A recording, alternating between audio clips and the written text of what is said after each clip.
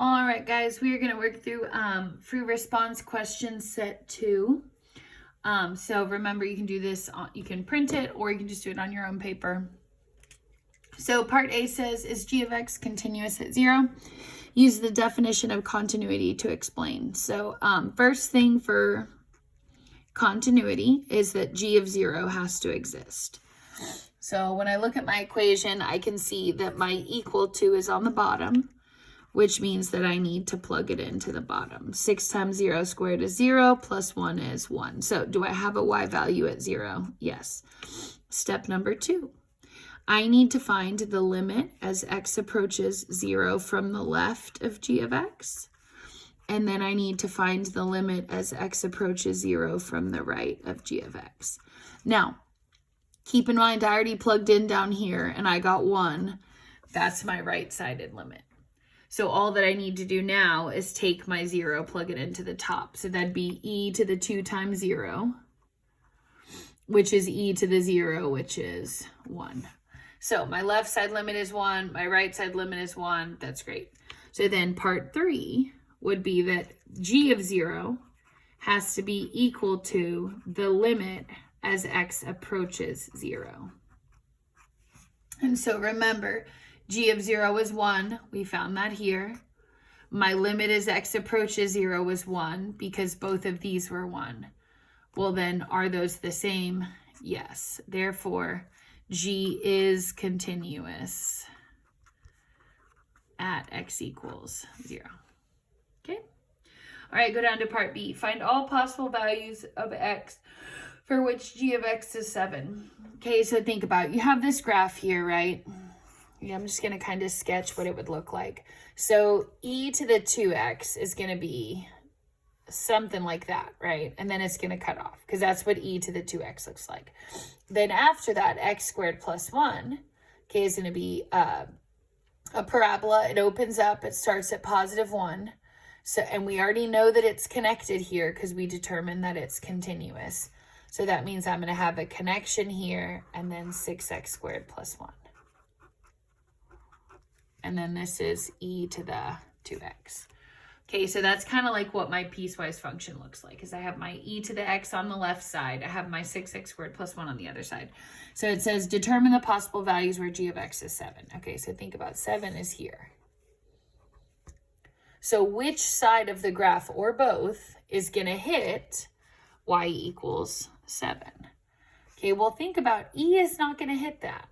Okay, because I'm only using e of x until 0. Remember, that's where I switch. And so if I'm only using e to the x on this side, okay, my graph is just going to go towards 0 forever and ever. It's never even going to come close to 7. Now, 6x squared plus 1, that's definitely going to hit 7, right? So let's set them equal. So if I do 6x squared plus 1 and I set it equal to 7, minus the 1 across, that means that 6x squared equals 6. Divide by 6 on both sides, that means x squared is 1. Square root both sides, that means x is plus or minus 1. Okay, but remember that I'm not using this graph for negative 1. So that means that really I'm going to have positive 1 only. Okay, because negative 1 would have been over here. Okay, but I'm not using the x squared graph on that side. Now, let's pretend like you didn't know that and you decided to work this guy out, okay? So you're like, oh, well, maybe it hits. Let's see. If I let e to the 2x equal 7, I'm going to have to ln both sides, which is fine. So I have ln and e cross out. 2x equals the ln of 7. Then I go to divide by 2. So I have x equals 1/2, we'll say, the ln of 7. Here's the problem. Okay, now obviously I'm a math teacher, so I just know this. Okay, but ln of 7 is positive. So when I cut it in half, I'm going to get still a positive number. So you can see here that it comes out to be 0.9729. Okay, but then think about, am I using this e graph at this x value? 0.729 is where e would have hit. right? If I were to take my graph of e to the 2x and extend it, okay, eventually that would have hit over here, but I already switched to the quadratic at that point. So even though e would have hit, okay, it's not going to hit for this piecewise because I'm not still using the exponential graph on the other side of 0. Okay, so hopefully that kind of makes sense. Your only value, though, is going to be x equals 1. Okay? All right. Go down to part C. We want the average value. Remember, average value is a formula, 1 over b minus a, so 2 minus negative 1, integral negative 1 to 2 of the function g of x. Okay, then I'm like, all right, well, 2 minus negative 1, that's really a third. And then when I look at my integral here from negative 1 to 2, you have to think about, let's come back to this piecewise graph we drew. Okay, negative 1 is here. We'll say 2 is here. When I shade that area, I have two pieces that I'm going to have to break up around where my graph switches. On this side, okay, I'm going to have to integrate e to the 2x from negative 1 to 0. And then on this side, from 0 to 2, I'm going to have to use the 6x squared side. Okay, and then what I'm going to have to do is add those two pieces together to give me this full integral. And then I'll apply the third at the very end. Okay, so let's work those integrals out. So let's do the first one here, the e to the 2x. So I'm going to have to do u sub on that. So my u is going to be 2x. That means that my du is going to be 2 dx. Which means that dx is going to be du over 2. Then I'm going to rewrite my antiderivative. So it's going to be the integral of e to the u du over 2. So I'm just going to put my half right there. Then I have to change my endpoints. Remember, I do that by plugging into my u. So if u is 2x and I plug in a 0 to that, 2x, 2 times 0 is 0. Then I'm plugging in a negative 1. Negative 1 times 2 gives me negative 2. Then I have to think about the antiderivative of e to the u. Well, that would just be 1/2 e to the u again.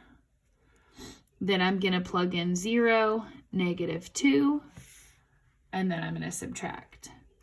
So plug in 0, I'd have 1/2 e to the 0, which is 1/2. Plug in negative 2, I'd have 1/2 e to the negative 2, and then I'm going to subtract those.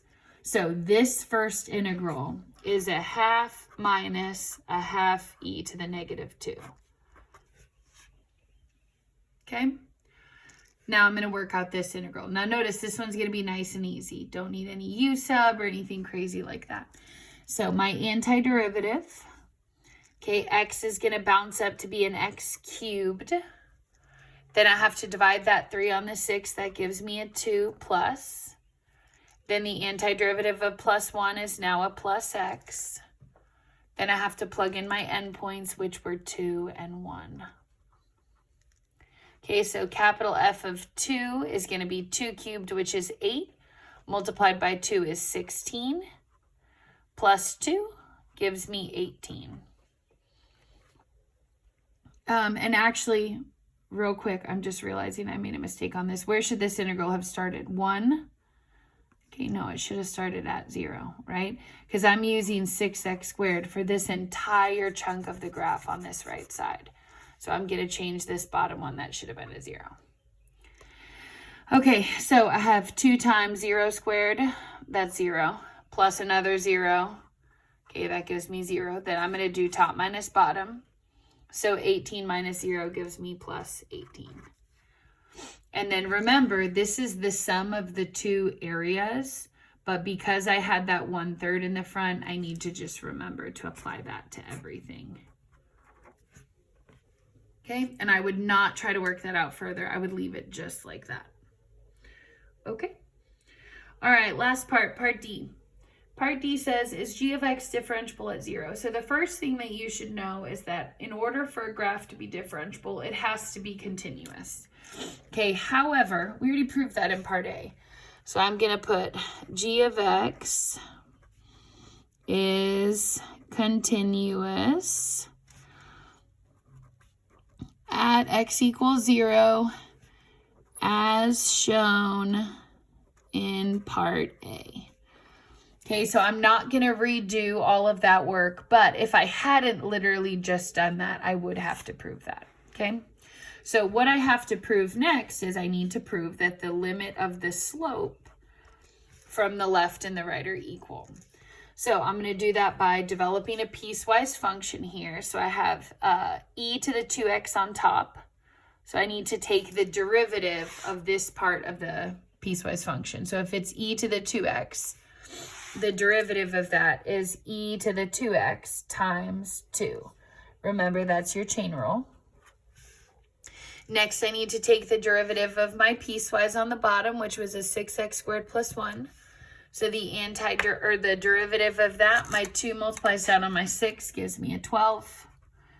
And then just like a regular x at that point. That's for x greater than or equal to 0. Okay? Then from there, I need to check the limit of g prime from the left and the right and then see if it matches. So let's do it. Limit x approach 0 from the left of g prime. I'm plugging in up here to the top. I have 2e to the 0, which is 2.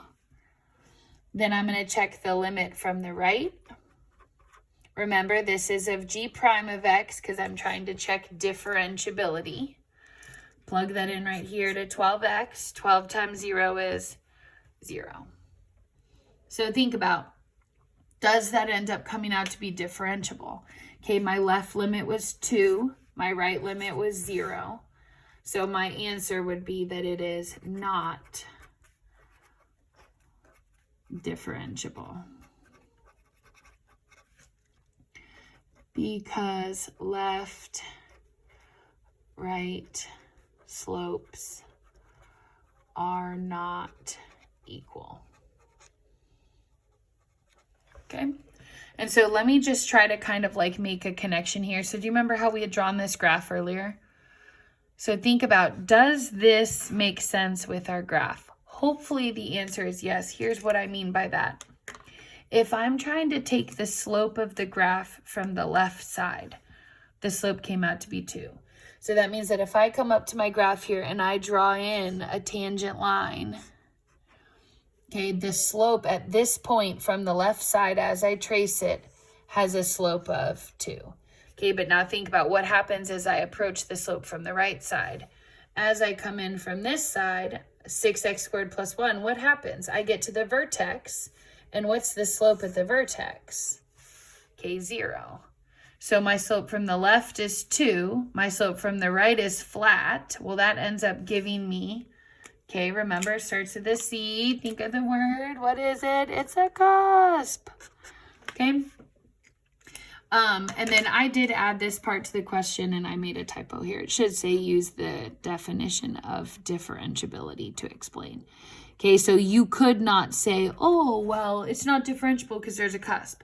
If it says use the definition, you have to go back to that little study sheet that we made way back in like September.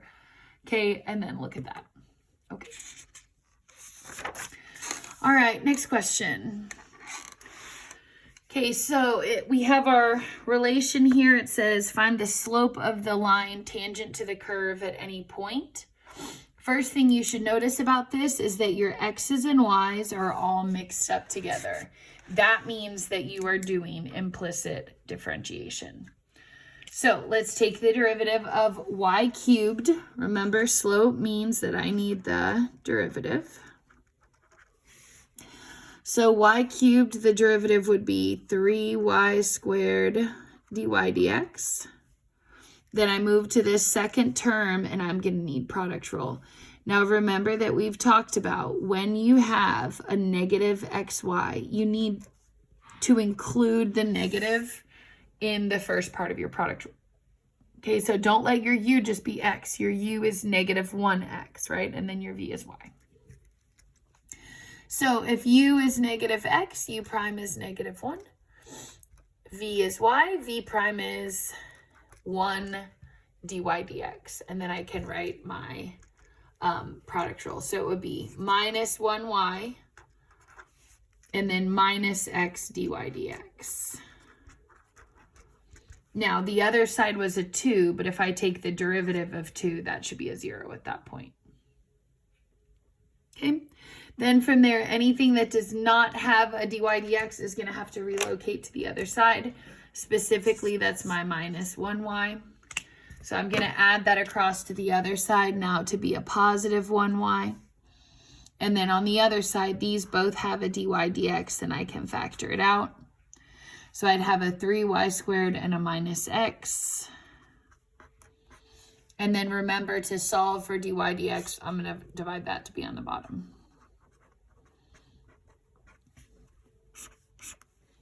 Okay, so dy dx equals 1y over 3y squared minus x.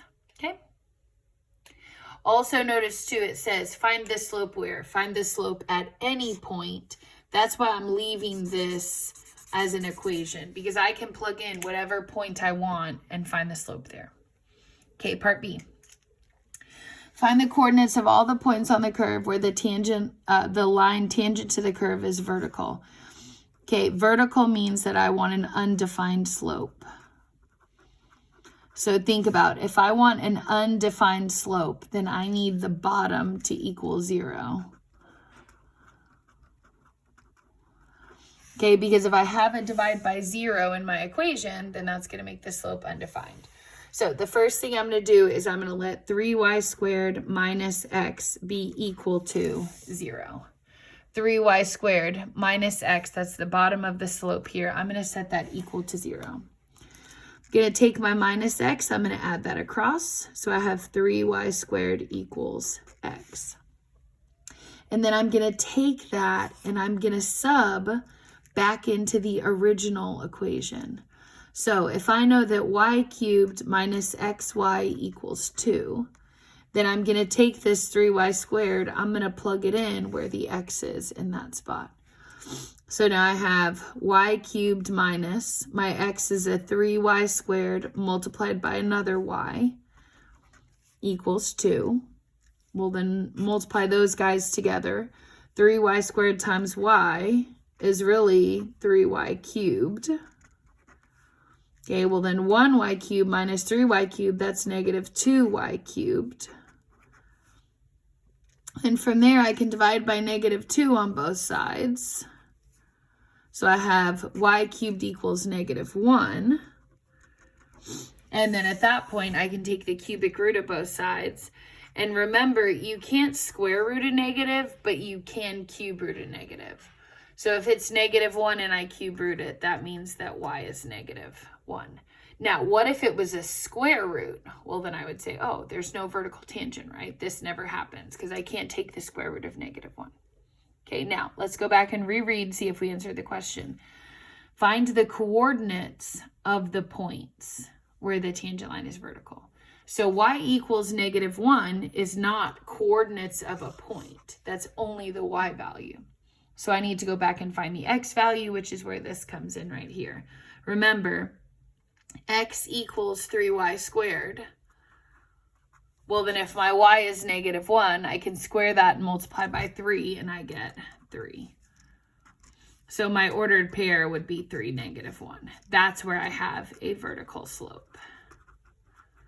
Okay, and you can even go back and try. Plug it in here. See what you get. You should get a 0 on the bottom, though, which means undefined. Okay, part C. Write an equation for the line tangent to the curve at the point negative 1, 1.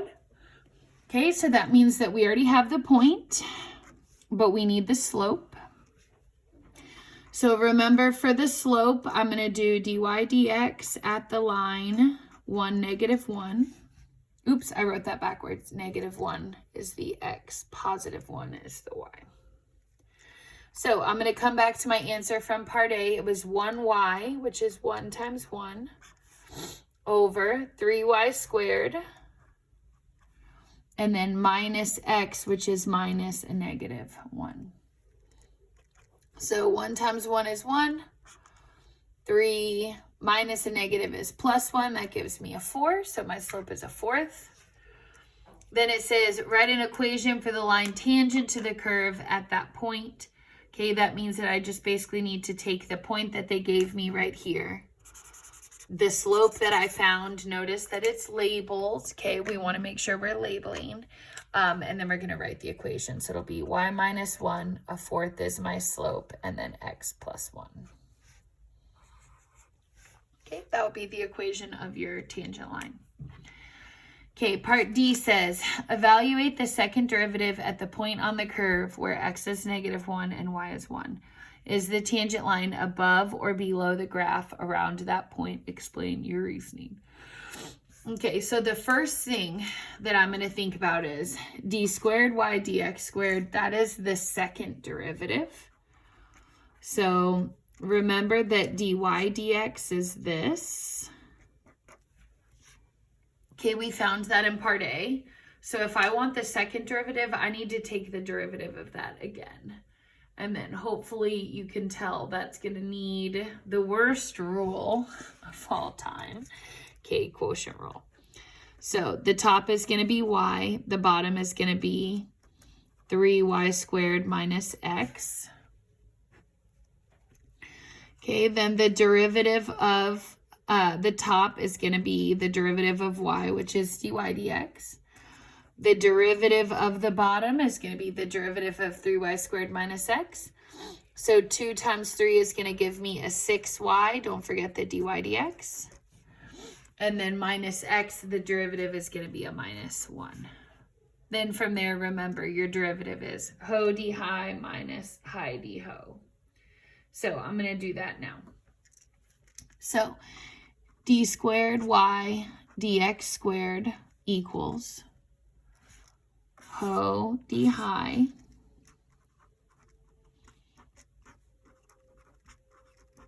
minus high d ho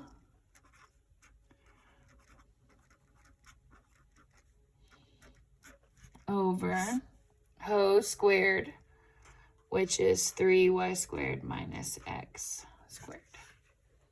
Now, keep in mind, I don't want the derivative at any point. I want it at my point. So I know x is negative 1. I know that y is 1. And additionally, I also know dy dx because I just found it in part C. So notice I have all 3 of the things that I'm going to need to plug in right here. So I'm going to start by labeling.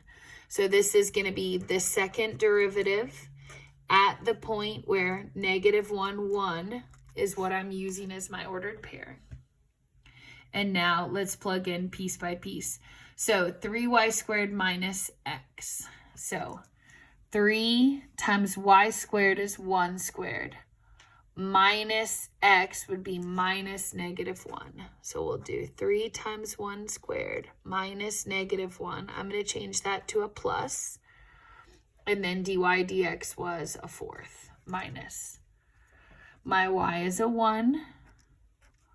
6y is a 1. 1/4 minus 1. On the bottom, 3y squared is going to be 3 times 1 squared minus x, which is a negative 1. I'll change that to a plus. Don't forget we're squaring it. Now, it would be extremely foolish for me to work this all the way down to like a perfect number. Remember, all that I care about is it positive or negative, okay? So let's look at this first part here. So 3 times 1 is 3. 3 plus 1 is 4. So if I have 4 times a 4th, that's a 1. Okay, let's go to the next term. I have minus 1, nobody cares about. 6 times a 4th is going to be 6/4. Everybody good with that? So I'd have 6 times 1 is 6, times a 4th is 6/4. And then I want to minus 1 from that. So I'm going to minus 4/4. Well, 6/4 minus 1/4 is going to be 2/4, which is a half. Okay, so think about that one more time. 6/4 minus 4/4, because that's the same as 1, is 2/4, which is a half. Okay, then divide by 3 plus 1 is 4. 4 squared is 16. Now, look at the top. How is it going to come out? If I do 1 minus a half, is that going to come out positive or negative? Okay, 1 minus a half is going to come out positive. Okay, and as soon as you can tell the sign, that's really all you need here. You don't even have to get it down to this stage, as long as you can tell if it's positive or negative, okay? So from there, I know that the second derivative is positive, then y is concave up around -1, 1, so that, okay, now think about it. If my graph is concave up, let's draw a little picture here. Okay, concave up graph, where's my tangent line going to fall? Okay, my tangent line is going to fall below. So that tangent line is below actual value. Okay, if you don't like below actual value, you could say it's an underestimate. That's the exact same thing. Okay? All right, turn the page.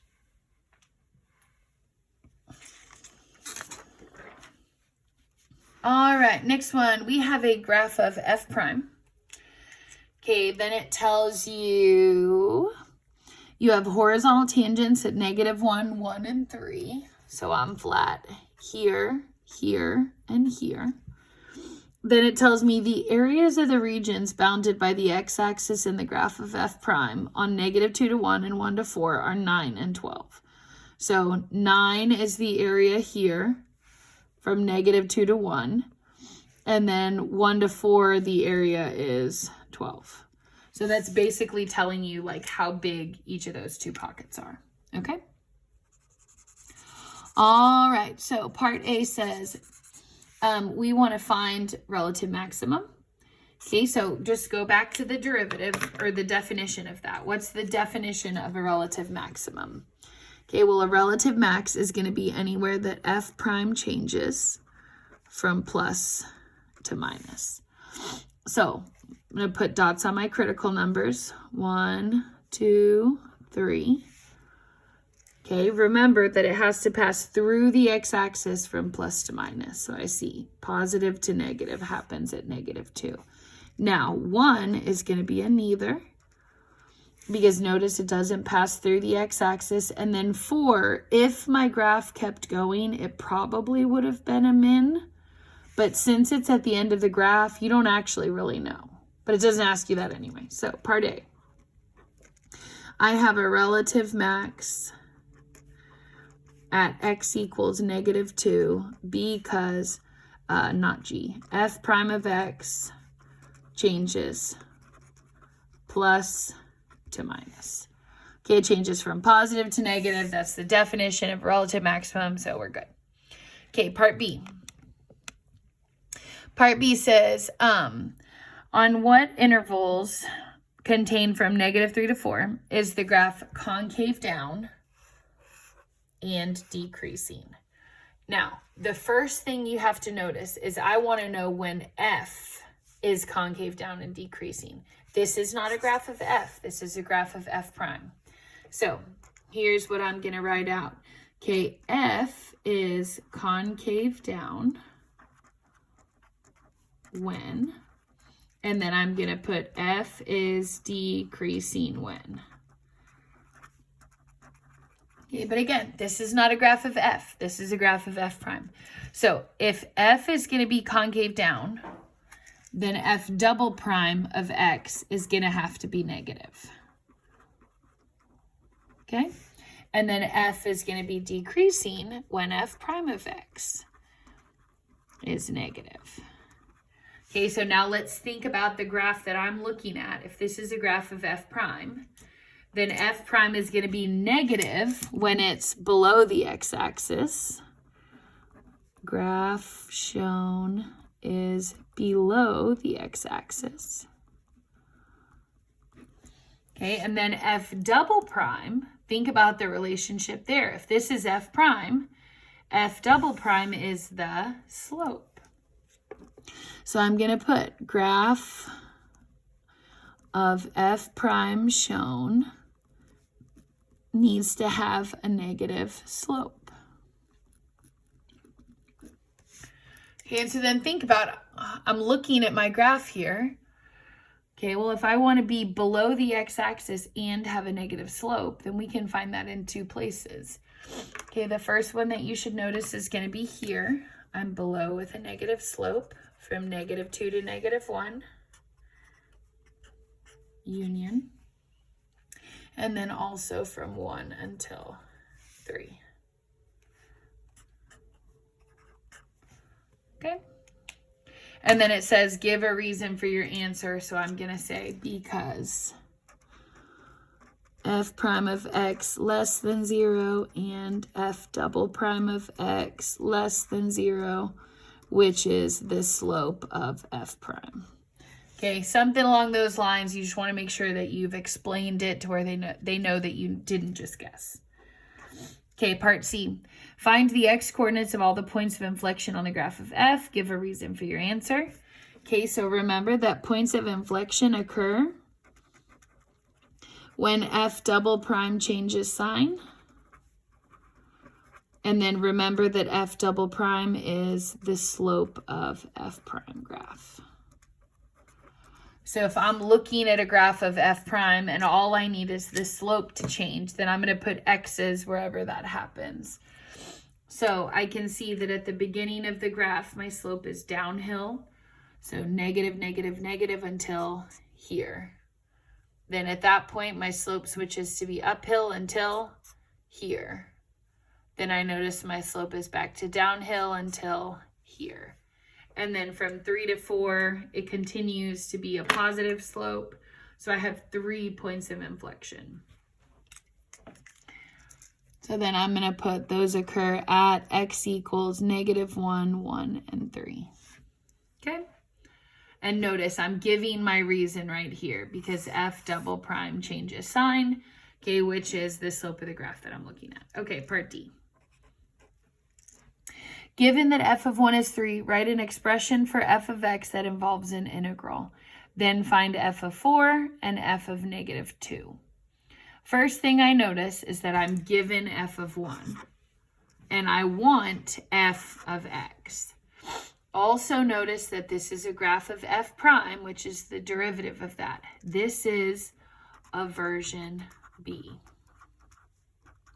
Okay, remember what version B says. What I want, f of x, needs to equal what I have, which is f of 1, plus the integral from what I have to what I want, so 1 to x. Also remember that what's in here should always be the derivative of what's on the outside. So I want f of x, I know f of 1, and then I'm going to integrate from 1 to whatever that x is. Now, the only other thing that I would change on that is f of 1, I would change that to a 3. Okay? So that's my general version for any x.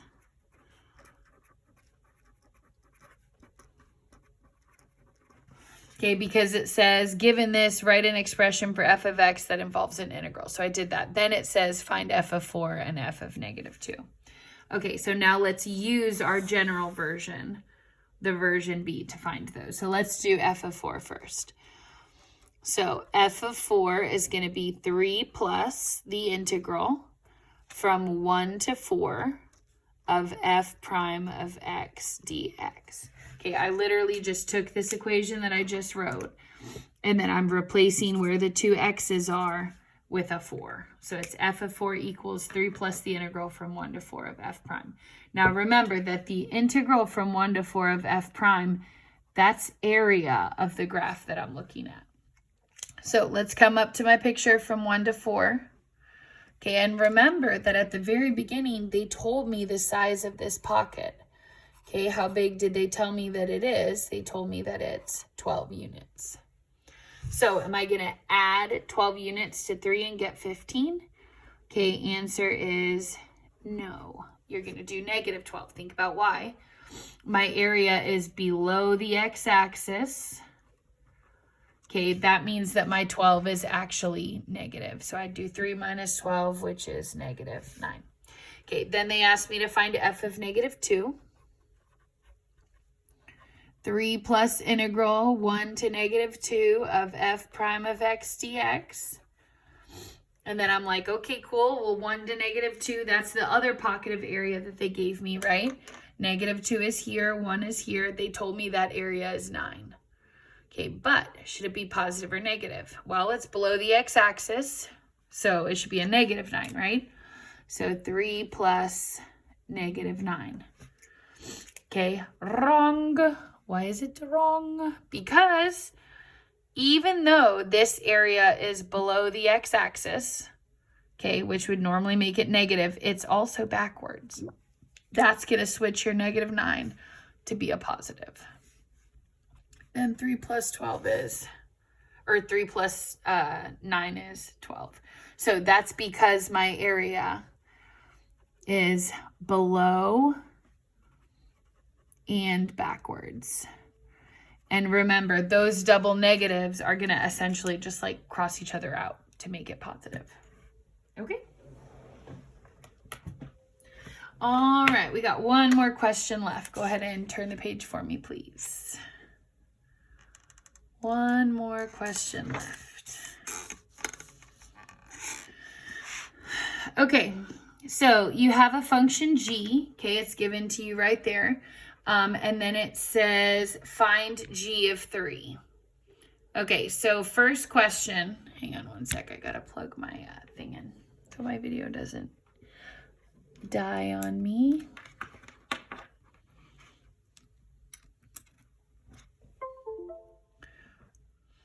Okay, so notice you have your function given to you right here. They're asking you to find g of 3. So all that I have to do basically is take that 3, put it where the x is. So g of 3 is going to be the integral from 0 to 3 of sine t squared dt. Okay? Then from there, notice this is a calculator question, so I'm going to work that integral out. Okay, I'm going to use Math 9. I'm going to go from 0 to 3. And then of my function sine of x squared dx. Okay? So I got 0.7735. 0.7735. Now remember, you always want to go to 4 decimal places. If you want to round to 3, that's fine. Anything shorter than that, you'll get it wrong.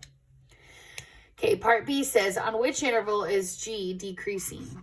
Okay, so think about, if g of x is the integral from 0 to x of sine t squared dt, what would g prime of x be? Okay, this is the fundamental theorem of calculus. When you take the derivative of an integral, they cancel out. All that you have to do is take this upper endpoint here, which was an x, and pop it in where the t was. So if it was a sine of t squared, now it's a sine of x squared. Okay, and then if they want g to be decreasing, then I need to look at the graph of g prime of x. Okay, so let's do that. So coming over here to my calculator, notice that I'm only interested in the interval from -1 to 3. So I'm typing in sine of x squared. I'm going to adjust my window here. So there's my sine x squared. I'm going to adjust my window to be from -1 to 3. And then notice that I had kind of jacked up my y min and max. I'm just going to change those back to be -10 to 10 because I don't want to be zoomed out to like 800 anymore. Okay. So here's my graph. Okay, I'm going to sketch the graph onto my paper. Okay, but hopefully you can see that it should look something like this. It goes above, it touches, then it goes above, it passes through, and then it almost passes through at the end, but it doesn't. Okay, this is a graph of G prime. So think about, if I want g to be decreasing, then I need g prime of x to be negative. And for g prime of x to be negative, it needs to be below the x-axis. So that means basically I want that little piece right there. So I'm going to find the zeros. So remember how you do that. You're going to do second trace 0. You have two ways to do it. You can do it with the arrows. So I can bring my arrow above, enter, then go below, push enter. Then for guess, go ahead and like get pretty close to where it looks like it hits. Okay, and I can see that that first value right here, this is 1.7724. Okay, let's find the second one. I want the 0. Okay, now here's the other way to do it. If you don't want to do the arrows, my left bound, I'm going to type in the number 2 because I can see here that this is 1, 2, 3. So I know it crosses between 2 and 3. Okay, so I'm going to do my left bound is 2, my right bound is 3, and then my guess, nobody cur. Okay, and my guess comes, or my answer comes out to be 2.5066. Okay. And then from there, that's the interval I want. Then I want this one. Okay. All right, next question says, find the absolute minimum value of g. Where does it occur? Okay, so first thing, in order for me to find a minimum, okay, I need to take the derivative and set it equal to 0, which I already did. So I'm going to put my critical numbers are going to be where g prime of x is 0, which happened at 1.7724 and 2.5066. Okay, now, out of those two critical numbers, okay, this one is going to be a max. This one is going to be a min, okay, because of the way that the sign changes around it. So here I'm going from plus to minus. That's what makes it a max. Versus here I'm going from minus to plus. That's what makes that one a min, okay? So think about, if I want the absolute minimum, I know this sucker's going to lose. I can put it in my chart if I want to, but it's kind of pointless because you know that that number is not going to be the minimum, okay? So I'm going to put, this is a relative maximum because g prime changes plus to minus.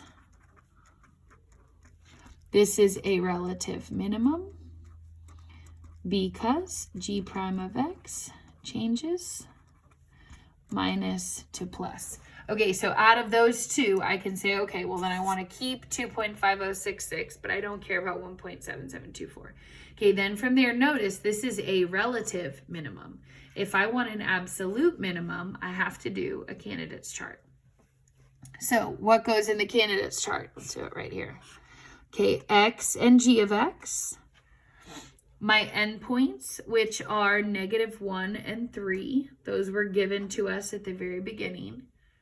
And then my critical number that I just found, which was 2.5066. Now remember, I'm plugging back into the original. Okay, do you remember plugging into the original in part A? We already found g of 3. Okay, what was g of 3 here? G of 3 came out to be 0.7735. So then really I just have to find these other two values and then my things are going to be complete. So if I want -1 and I want to plug it into g of -1, I'm coming back to this original here, is the integral from 0 to -1 of sine of t squared dt. And then I'm literally just going to type that into my calculator. I'm plugging back into the original. So it'll be math 9, 0 to -1 of the function sine of x squared dx. Okay.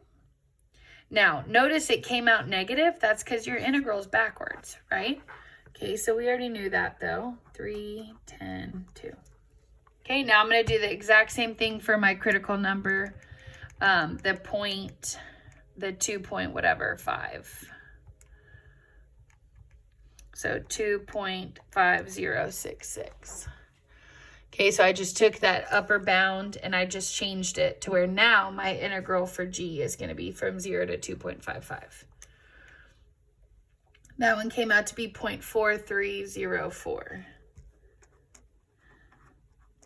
Okay, so think about, out of those three numbers, which one's the absolute minimum?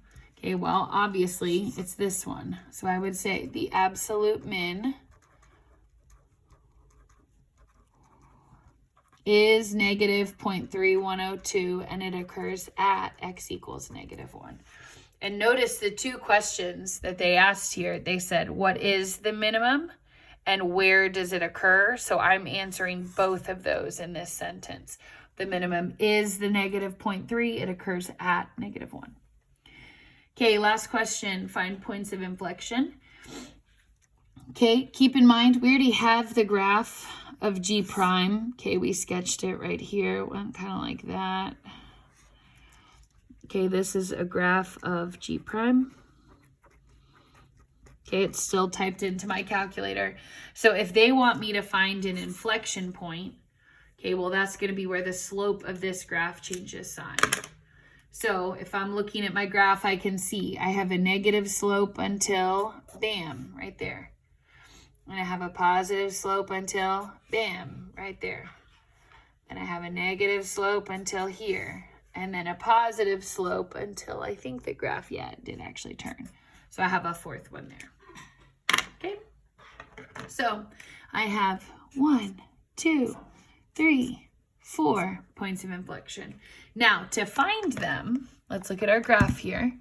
Okay, I need to use second trace. And then if I'm looking for a point of inflection, I need to find like the low and high points.